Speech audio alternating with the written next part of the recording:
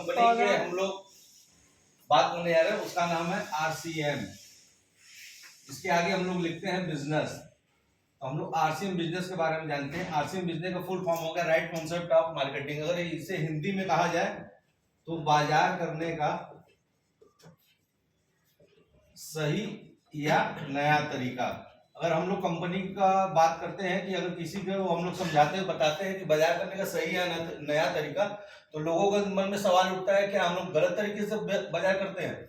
हम लोग गलत तरीके से बाजार नहीं करते, हम लोग परंपरागत तरीके से बाजार करते हैं, जिसको कहा जाता है ट्रेडिशनल बिजनेस।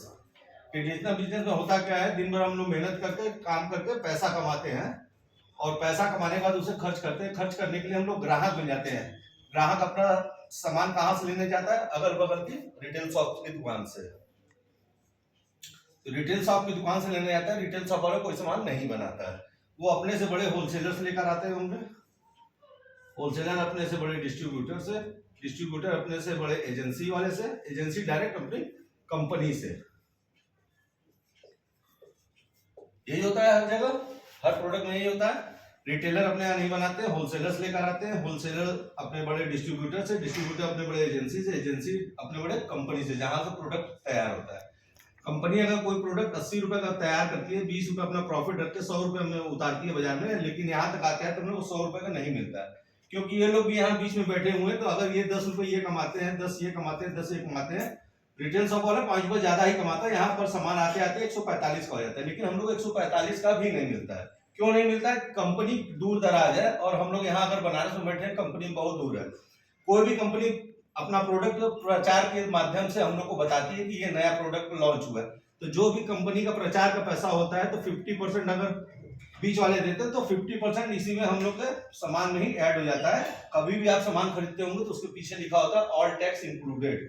तो सारा टैक्स इंक्लूडेड यहाँ पर लगभग आपका नियर अबाउट 200 रुपए हो जाता है।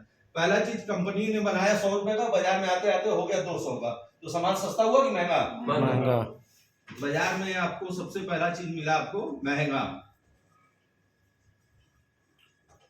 दूसरी चीज, अगर कंपनी यहाँ पर 100 पैकेट अपना तेल या कोई भी प्रोडक्ट निकालती है, बाजार में आते आते यहाँ पर 150 से 200 पैकेट हो जाता है। ये कोई जादू नहीं होता है, क्योंकि ये लोग जो बीच में बैठे हैं, इन लोग को 10 रुपए से पेट नहीं भरता है। तो जो भी सामान यहाँ पर बनता है तो यहाँ पर डुप्लीकेट सामान आता है। तो यहाँ पर हम लोग अगर पैसा दे रहे हैं बाजार में, असली सामान मिल रहा है नकली। होता है अक्सर कि सामान घर में कुछ भी लेकर जाइए, कभी खाना अच्छा बनता है, कभी खराब बनता है। ये बनाने वाले कमी नहीं होती है, जो सामान के प्रोडक्ट में जो डुप्लीकेसी होती है उसके वजह से होती है। तो पहला चीज हो गया महंगा, दूसरा हो गया नकली, तीसरा यहाँ से हमने खरीदा, पिताजी ने खरीदा, दादाजी ने खरीदा, अब मेरा बच्चा भी खरीद रहा है। कभी इस दुकान से कभी आज तक 1 रुपया वापस आया किसी को? नहीं। मतलब बाजार से आपको कोई इनकम भी नहीं है। जब आपको इनकम नहीं दे सकता है तो क्या ये कभी आपके परिवार को सुरक्षा की गारंटी दे सकता है? नहीं। नो सुरक्षा। इसी चीज को 1959 में कनाडा के अर्थशास्त्रियों ने देखा कि बाजार में बहुत दोष है, कि पैसा यहाँ पर आ रहा है लेकिन यहाँ पर न रिटेलर बढ़ रहा है, न कंपनी वाला बढ़ रहा है, जो बढ़ रहा है केवल बीच वाला बढ़ रहा है। इसको 3 भागों में बांट दिया गया। पहले नंबर पे रखा गया कस्टमर को, सेकंड नंबर पे कंपनी को, थर्ड नंबर पे बीच वालों को। कंपनी कस्टमर को इसलिए फर्स्ट नंबर पे रखा है, अगर बाजार में कस्टमर नहीं रहेगा सामान नहीं बिकेगा। सेकंड नंबर पे कंपनी को इसलिए रखा गया कि अगर कंपनी कोई प्रोडक्ट नहीं बनाएगी तो कस्टमर तक नहीं आएगा। लेकिन इसमें बीच वालों का यहाँ पर कोई काम नहीं है। क्यों?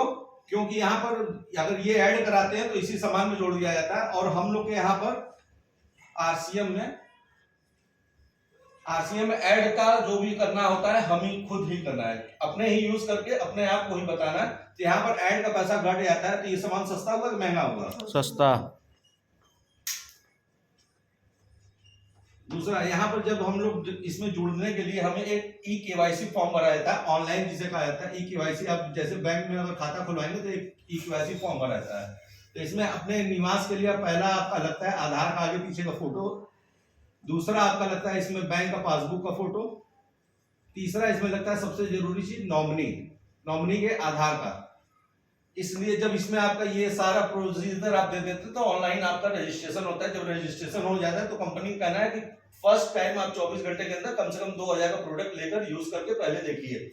2000 का प्रोडक्ट लेकर यूज करने के लिए इसलिए कहता है कि आप पहले आप देखिए, अच्छा लगता है तो नेक्स्ट मंथ से अपना पूरा लिस्ट तैयार करिए। और आज के डेट में किसी के घर में 5000 रुपए 6000 रुपए के नीचे मंथ का सामान नहीं आता होगा। अगर आप बाजार में लेने जाते हैं 5000 रुपए का सामान तो आपको 5000 का ही मिलेगा, 5100 का नहीं मिलेगा। लेकिन अगर इसमें जब आप अपनी आईडी लगा देते हैं, जब आपको रजिस्ट्रेशन नंबर मिल जाता है तो 5000 पर आपको सामान पे 10% से लेके 25% तक का आपको काउंटर डिस्काउंट मिलता है। तो अगर हम 20% डिस्काउंट मान लेते हैं तो 1000 रुपए आपका यहाँ पर पहले ही काउंटर पे बच जाता है। प्लस उसके बाद जब ये 5000 रुपए आपको 2500 पीवी इसमें मिलता है, जितना महीने भर में पीवी बनता है उसका आपको 10% यहाँ पर अकाउंट में आपके ट्रांसफर होता है। मतलब 5000 का सामान लेंगे आपको 1250 रुपया का आपको बेनिफिट होता है। पहला चीज आपको यहाँ पे मिलता है आरसीएम में सस्ता।